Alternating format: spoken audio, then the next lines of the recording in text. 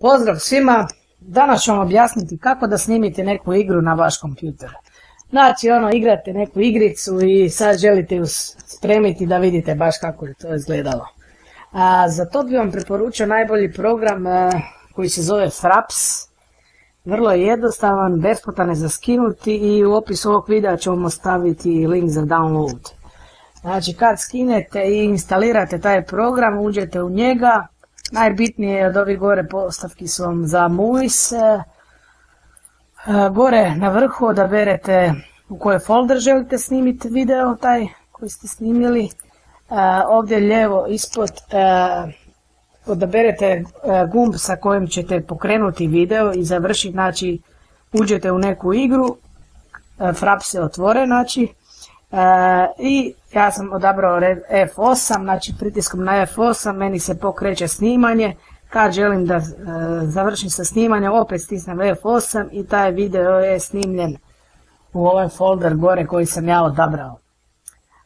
Vrlo je jednostavan program i mislim da nema boljeg programa trenutno za snimanje igrice. Jedini problem kod Frapsa je što video, ne znam, od 3-4 minuta bude velik po 4-5 gigabajta. Imamo rješenje i za to.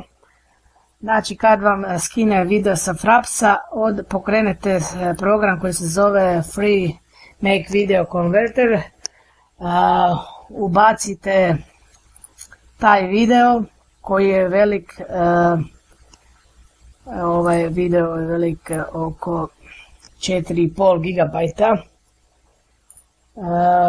tako 4,66 gigabajta, ubacite njega u ovaj program i dole odaberete, ne znam, AV format i tu vidite odmah da će vam biti puno manji, evo 81 megabajt.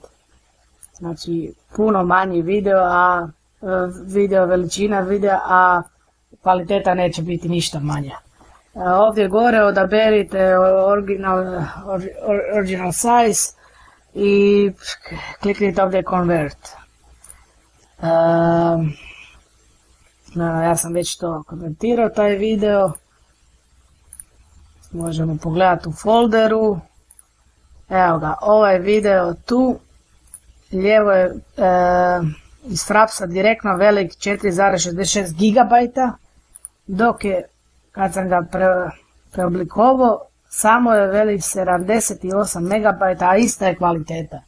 Znači nakon što video snimite u Frapsu, obavezno otiđite u program Free Make Video Converter i ubacite taj video i pretvorite ga u AVI ili ne znam u MP4 kvalitetu. To je bilo to, nadam se da sam pomogao, čujemo se opet, subscribeajte i posjetite moju Facebook stranicu. Zdravi i veseli bili, čujemo se.